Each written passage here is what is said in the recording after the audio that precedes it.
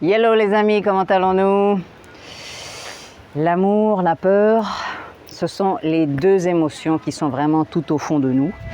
Et où on aime, où on est dans l'amour, où on est dans la peur. Alors quand on est dans l'amour, il n'y a rien qui semble impossible. Et surtout, on n'essaye pas de combattre la situation présente.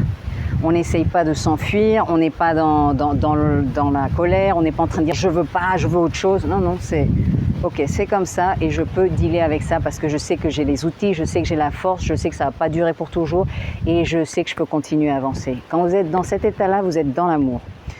Quand vous êtes de l'autre côté, qui est la peur, ben la peur, c'est la dépression, c'est l'apathie, c'est la colère, c'est la tristesse, c'est le doute sur vous-même, c'est de penser que vous n'allez jamais y arriver, que la situation dans laquelle vous êtes, vous n'allez jamais vous en sortir, que ça va être de mal en pis.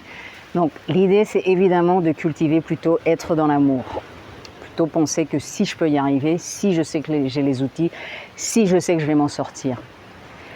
Mais ce qu'il ne faut jamais oublier, c'est que c'est une dualité. L'amour et la peur, elles sont toujours là. Parce que même quand vous êtes dans l'amour, vous pouvez quand même avoir peur de perdre ce que vous avez ou peur de perdre ce que vous aimez.